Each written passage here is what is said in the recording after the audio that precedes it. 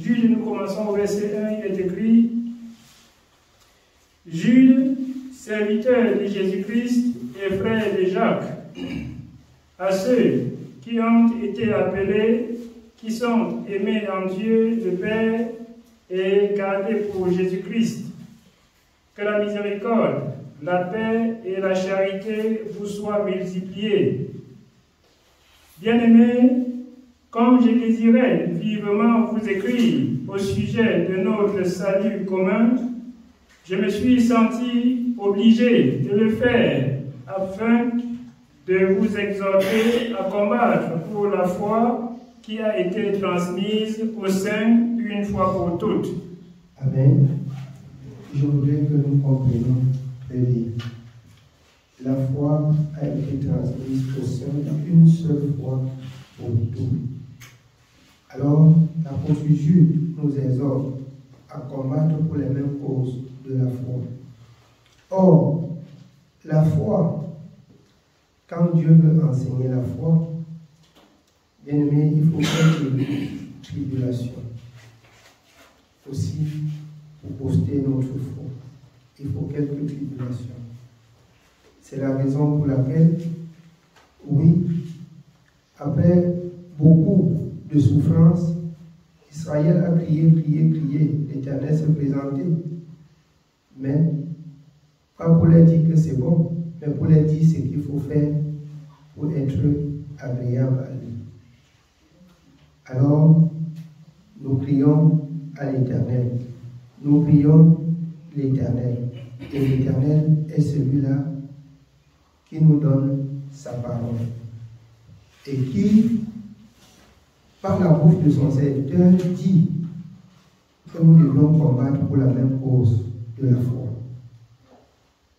Si nous servons Dieu sans expérimenter la foi, c'est que nous faisons la réunion du quartier. C'est que nous faisons la réunion du quartier. La parole de Dieu est la vérité. Jésus, je vais vous dire, le Seigneur n'a pas besoin d'aide de la main d'homme pour, bien aimé, agir sur quoi que ce soit. Mais il a besoin que les hommes croient à ce qu'il a dit et il agit. C'est ça la foi. Il a besoin qu'on croit et il agit. On croit et on voit. Alors, comme l'aveugle, tu veux voir, je veux voir. Alors, voir, comme a dit le Seigneur. C'est ça la foi. C'est ça la foi. Amen. Nous allons continuer avec la lecture. Nous continuons au verset 4. Car il s'est glissé parmi vous certains hommes dont la condamnation est écrite depuis longtemps, des impies qui changent la grâce de notre Dieu en dissolution et qui renie notre seul Maître et Seigneur Jésus-Christ. Je veux vous rappeler, à vous qui savez fort bien toutes ces choses, que le Seigneur, après avoir sauvé le peuple et l'avoir tiré du pays d'Égypte, fit ensuite périr les incrédules. Alors, je rappelle toujours au peuple de Dieu. Dieu n'a pas détruit les incrédules dans l'Égypte, mais après avoir sauvé le peuple, tiré le peuple du monde vers lui. Pourquoi est-ce que les incrédules furent péris? Parce que la foi, selon Hébreux 4, la parole que Dieu les a donnée, n'a pas trouvé la foi dans leur cœur.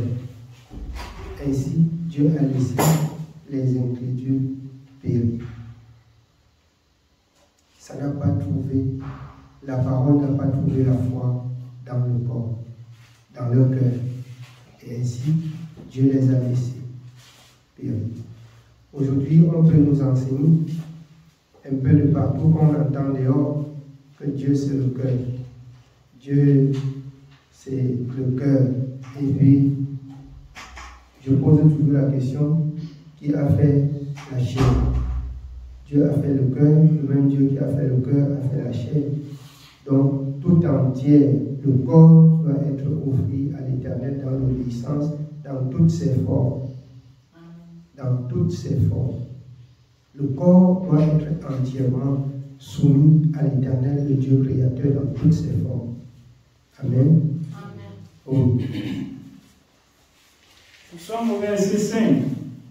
Je veux vous rappeler, à vous qui savez fort bien toutes ces choses, que le Seigneur, après avoir sauvé le peuple et l'avoir tiré du pays d'Égypte, fit ensuite périr les incrédules qu'il a réservés pour le jugement du grand jour, enchaînés éternellement par les ténèbres, les anges qui n'ont pas gardé leur dignité, mais qui ont abandonné leur propre demeure. Que Sodome et Gomorrhe et les villes voisines qui se livraient comme eux à l'impudicité et à des vices contre nature sont donnés en exemple, subissant la peine d'un feu éternel. Malgré cela, ces hommes aussi, entraînés par leur rêverie, souillent pareillement leur chair, méprisent l'autorité et injurient les gloires. Alors, souiller la chair. Vous avez compris, souiller la chair. Ça voudrait dire qu'il faut que la chair et le cœur obéissent à l'Éternel. C'est pas ça. Injurer les gloires. La gloire. La gloire, Dieu a fait l'homme à son image et à sa ressemblance. Or, l'homme et la femme, c'est la gloire de Dieu. Il a créé l'homme et il a dit, ça suffit. Alors, les hommes viennent aujourd'hui dire, oh, la chevelure qu'il a mis, ça ne suffit pas. Oh, on en mange. Les ongles qu'il a donnés, ça ne suffit pas. Ce n'est plus la gloire de Dieu. Si on en mange, alors ceci, cela, le teint qu'il m'a donné, c'est pas ça. On nettoie. Alors, c'est ça. On ne voit pas Dieu avec son cœur et sa chair. Se soumettre à l'Éternel, c'est aussi faire sa volonté dans toutes ses dimensions. Ils souillent pareillement leur chair et injurient les gloires. Amen. Oui. Or, l'archange Michel, lorsqu'il contestait avec le diable et lui disputait le corps de Moïse, n'osa pas porter contre lui un jugement injurieux, mais il dit que le Seigneur te réprime. Eux, au contraire, ils parlent d'une manière injurieuse de ce qu'ils ignorent, et ils se corrompent dans ce qu'ils savent naturellement comme les brutes. Malheur à eux, car ils ont suivi la voie de Caïn. Ils se sont jetés pour un salaire dans l'égarement de Balaam. Ils se sont perdus dans la révolte de Corée. Ce sont des écueils dans vos agapes, faisant impudemment bonne chair et se repaissant eux-mêmes. Ce sont des nuées sans eau, poussées par des vents, des arbres d'automne, sans fruits, deux fois déracinés, deux fois morts déracinés. Alors, faisant impudemment bonne chair, ce sont des écueils dans vos agapes. Ce pour vous des pièges sur le chemin du service de l'Éternel. On va te dire, ma soeur, et ça veut dire quoi? Tu es devenue une vieille main pour attacher le foulard, donc à cause de ça, Dieu va te laisser. Vous voyez, ce sont des pièges pour vous. Tu dis que tu vas laisser tes ongles comme ça, tu ne te rends pas belle. Tu te rends belle pour qui? Alors, mes bien-aimés, ce sont des pièges pour vous. C'est pour ça que la parole de Dieu dit, ce sont des écueils dans vos agapes. C'est un danger pour vous. Soyez sages. Ce que Dieu a dit, faites-le sans le consentement de l'homme. L'apôtre Paul dit dans 1 Corinthiens 4, s'il fallait plaire aux hommes, il ne serait pas serviteur de Dieu. Qui n'a pas peur du jugement des hommes. Si les hommes le jugent, alors ils le condamnent. Et que Dieu approuve ses voies, c'est-à-dire qu'il fait la volonté de Dieu, alors il ne craint rien. Toi aussi, sais Dieu de façon à ne pas chercher à plaire aux hommes, mais à plaire à Dieu pour être agréable à Dieu. Là, tu ne peux rien craindre. Amen. Amen. Oui. Nous sommes au verset 13. Des vagues furieuses de la mer rejetant l'écume de leurs impuretés. Des astres errants auxquels l'obscurité des ténèbres est réservée pour l'éternité. C'est aussi pour eux qu'Enoch, le 7e depuis Adam, a prophétisé en ces termes. Voici, le Seigneur est venu avec ses saintes myriades pour exercer un jugement contre tous et pour faire rendre compte à tous les impies parmi eux de tous les actes d'impiété qu'ils ont commis et de toutes les paroles injurieuses qu'ont proférées contre lui des pécheurs impies. On prend les actes là où? Comment est-ce qu'on fait pour identifier ces actes dont le Seigneur doit juger et condamner? C'est dans la parole, bien sûr. Ces actes sont écrits. Donc, si quelqu'un veut servir Dieu sur l'inspiration des hommes, laissez-les servir Dieu. Nous savons que la parole de Dieu dit dans le livre de Hébreux 1, verset 3, que Jésus-Christ lui-même, étant mandaté par Dieu, étant Dieu, Fils de Dieu, venu à notre soutien et à notre secours, a soutenu toutes choses par la parole. Si aujourd'hui, les gens veulent s'appuyer sur la parole des hommes et bafouer ainsi la justice de Dieu, bien-aimés, que ce ne soit pas votre partage. Dieu sait sa parole. Dieu sait sa parole. Si quelqu'un dit qu'il sait Dieu, l'apôtre Pierre le dit. L'apôtre Pierre dit, alors, puisque celui qui vous a appelé est saint, vous aussi, soyez saints dans toute votre conduite. Ne servez pas Dieu pour plaire aux hommes. Servez Dieu pour être agréable à Dieu et non aux hommes. Amen. Oui, bien. Nous sommes au verset 16. Ce sont des gens qui murmurent, qui se plaignent de leur sort. Ce sont des gens qui murmurent. Sa situation, ils se plaignent toujours de leur situation. Ils cherchent des paroles même pour se défendre. Amen. Vous, aujourd'hui, ça me surprend. Quand je vois même les religieux, ils écoutent la parole de Dieu. Ils parlent dans la religion. Mais quand ils entendent que la dîme c'est la loi, donc je ne vais pas payer, oui. Hey, ils sont contents. Mais ne veulent pas se libérer de la loi dont ils sont enchaînés. C'est pour ça que la parole de Dieu dit dans Jude qu'ils sont enchaînés. Ils ne veulent pas dépenser, mais ils veulent rester là-bas. Et si possible, si l'homme de Dieu fait même, ils vont citer la parole à l'homme de Dieu pour dire, c'est pas ça. Or, oubliant que dans le contenu, il y a plusieurs paroles qui n'est pas ça. Il y a plusieurs paroles qui n'est pas ça. Se soutenir. Les gens pensent que moi aussi, je ne veux pas l'argent, mais je veux ce que Dieu va me donner dans la justice. Dans la justice. Je ne veux pas être policier en vie pour raqueter. Non, je ne veux pas raqueter. Si l'Éternel est Dieu, qu'il pourvoit à mes besoins. Si l'Éternel est Dieu, qu'il pourvoit à mes besoins. Je n'ai pas besoin de raqueter.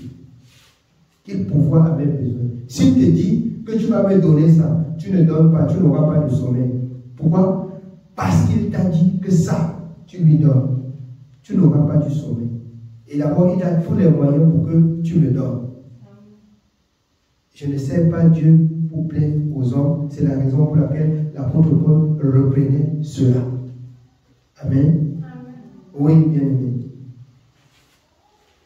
Ce sont des gens qui murmurent, qui se plaignent de leur sort, qui marchent selon leur convoitise qui ont à la bouche des paroles hautaines, qui admirent les personnes par motif d'intérêt. Qui admirent des personnes par motif d'intérêt. Ils aiment les gens par motif d'intérêt. Vous allez voir, bien aimé, dans la religion, celui qui donne beaucoup d'argent, on donne beaucoup d'attention à cette personne. C'est pas ça? On donne beaucoup d'attention à cette personne qui investit beaucoup pour l'Église. Or, pour investir pour l'Église, il faut s'investir soi-même dans la parole. Ce n'est pas vos biens que nous recherchons. Je dis ce que l'apôtre Paul a dit. C'est vous-même que nous cherchons. Ce n'est pas vos biens. Et nous savons que si la parole là pénètre vos cœurs, vos biens sont les nôtres. Amen. Oui, bien aimé. Mais vous, bien-aimés, souvenez-vous des choses annoncées d'avance par les apôtres de notre Seigneur Jésus-Christ. Ils vous disaient qu'au dernier temps, il y aurait des moqueurs marchant selon leur convoitise impie. Il y aurait des moqueurs marchant selon leur convoitise impie. Alors, les moqueurs là sont des qui? Où est-ce qu'on peut trouver ce moqueur? Il s'agit des personnes qui se moquent de Dieu. Et ils marchent selon leur convoitise, donc selon ce qu'ils veulent. C'est la raison pour laquelle vous deviez entrer dans beaucoup de lieux de prière aujourd'hui. Les hommes vous imposent ce qu'ils veulent. Ils vous imposent ce qu'ils veulent.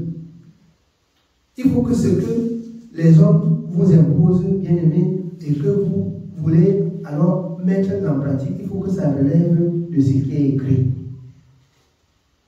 Il faut que ce soit ce qui est écrit. Là, vous êtes en train de faire la volonté de Dieu et non la volonté de l'homme. Amen. Oui, on continue. Au verset 19.